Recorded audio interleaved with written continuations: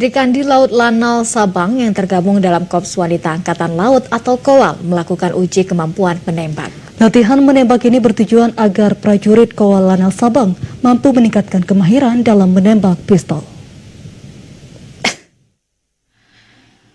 Menindaklanjuti perintah Kepala Staf Angkatan Laut Laksamana TNI Yudo Margono, Komandan Lanal Sabang Kolonel Laut P. Adi Sunaryo memerintahkan Serikandi Korps Wanita TNI Angkatan Laut KOWAL Lanal Sabang melaksanakan latihan menembak di lapangan tembak Abdullah Meraksa, Kampung Imele, Kecamatan Sukakarya, Kota Sabang, Kamis kemarin.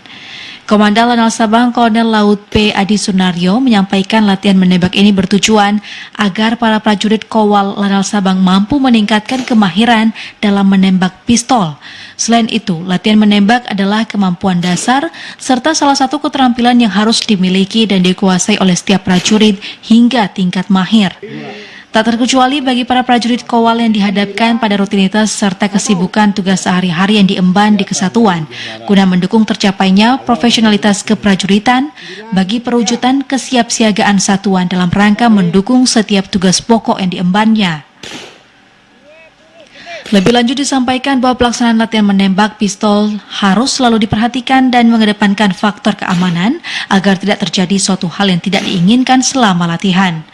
Sebelum melaksanakan kegiatan latihan menembak, KOWAL Lanal Sabang terlebih dahulu diberikan kesempatan untuk mencoba pistol yang akan digunakan dengan dibekali 3 butir peluru percobaan.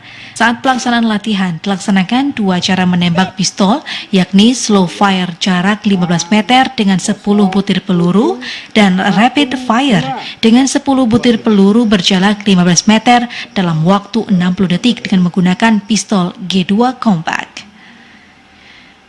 Dari Sabang, Mahfud TVRI Aceh melaporkan.